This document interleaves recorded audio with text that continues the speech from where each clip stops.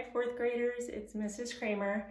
I promised you a video today to kind of get us started on getting back into the learning mode. And I just wanted to share an interesting story with you that led me to think about how I could explain to not only my own kids, but my students at school and any students I've ever known about what's going on with the news and the illnesses and trying to stay home, which is really tough for me. Tough, I didn't say the H word. But I'll tell you the story is that one day I was brushing my hair as usual, and it's getting really long. I mean, it's everywhere, and it's very curly. And I thought, well, I really need a haircut. And I'm practicing social distancing, and I can't really do that. I don't want to get anybody sick. I don't really want to get sick and get my family sick.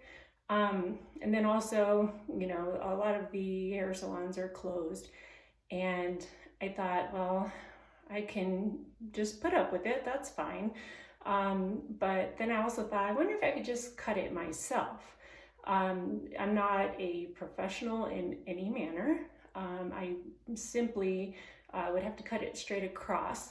And it was weird that I was brushing my hair and thinking this, and I realized that a lot of students and kids all over the place are worried, and I was worrying about them worrying, any kid in the world. And I thought, if there's something they're worried about, I wonder if it's something like I was thinking. If I cut my hair, it's not permanent. It's not always going to be short. It's a decision that luckily I can make and know that my hair will grow back. And times might be tough in between because maybe people won't like my haircut, or they'll say, you grew it so long, miss, why would you ever cut it? But when I know things aren't permanent, it kind of makes me feel better to think about the different changes that will go on, and maybe even some of those changes will be for the better of things. Maybe I'll find a new haircut I like. Maybe my hair will be longer and thicker, or maybe not so fluffy. But I just want kids out there to know that this whole situation of having to stay home, and it's very awkward being without the people we're with every day, 5 days a week, that it's temporary. It means it's not going to be like this all the time. And it's going to feel weird for a while. You may even miss school, which I have a lot of students telling me, and I miss school too. I miss working, I miss doing things that I love, that I signed up for. But I thought, well, I'm not at work. I don't want to frighten any children by showing up with a very strange haircut, but I'm not afraid of change either. As long as I know that it's not permanent. Some people choose to do things such as, buy a brand new house. That's a big change, but even that can change. If we think about things that we do permanently, like maybe tattoos, those are a little more in depth and have to be thought about, and people just go through it in their brain over and over before they make a permanent decision.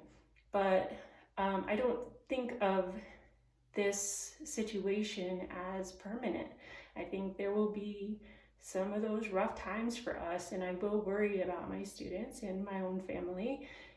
But I know there are things being done to change. And I know this because history has shown us that things can change. There's plenty of topics that our Maplewood scholars have gone over in school that seem like, oh my gosh, are we able to talk about that with them? But they get to see the change, how different things are now. And now you guys are going through a part of history that is difficult. And what does that have to do with my hair? Well, it's just because I was thinking about it when I thought I needed a haircut, and I thought I didn't want my students to be afraid of change. And I want you to understand that it's not permanent. And so I do need a haircut. I'm not going to do a wonderful job. And therefore, I'm going to start with the first step, which is cutting off this extra spot right here and making my hair short. But I'm not done. I'm talking about drastic change that comes upon us suddenly, and we deal with the reactions to it, and learning to be a little uncomfortable, but having hope and feeling that there is more to come, more change to come. The thing is that today I'm only going to cut that part off, but part of that drastic change in my life to show you that being uncomfortable and being worried is a natural feeling, but I want you to be able to see that, you know what, this is the kind of situation where it is temporary. It's not forever. And luckily for us, we can keep in contact on social media and through school and have a little fun with it. You know, I would never cut my hair just to cut my hair and be weird. I have a message, and that message is it's going to grow back. It's going to be different. You will see me, and you hopefully will be able to tell when it starts to grow back and how it looks. And that's the same thing you're going to see in your neighborhoods and getting back to school soon. And in the news, you know, I don't spend too much time watching the news, just enough to remind myself to be respectful of others. So this is something that I can do because I am an adult. I didn't have to call my mommy, but you guys are young, and so I do not want you to take this as something that you should do. I want you to take this as a learning experience. I really encourage you to share how you feel about what's permanent and what seems temporary, right? What's temporary, and just have that reflection. Without further ado, I'm going to go ahead and do the first step. I'm in my bathroom and I have to look at the mirror now. And I will probably not do this straight, but I will do it very safely.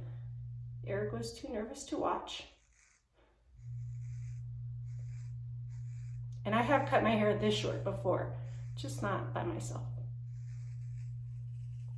And I will say that I did have to talk to my family about it, just to see if they thought it was a terrible idea. Oh my goodness, I have a lot of hair. And they did agree that it was fine, because they know it's temporary.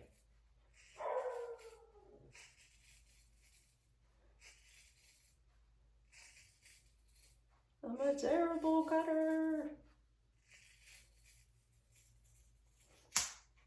Again, you do nothing like this at home without discussion or a professional. That's my hair.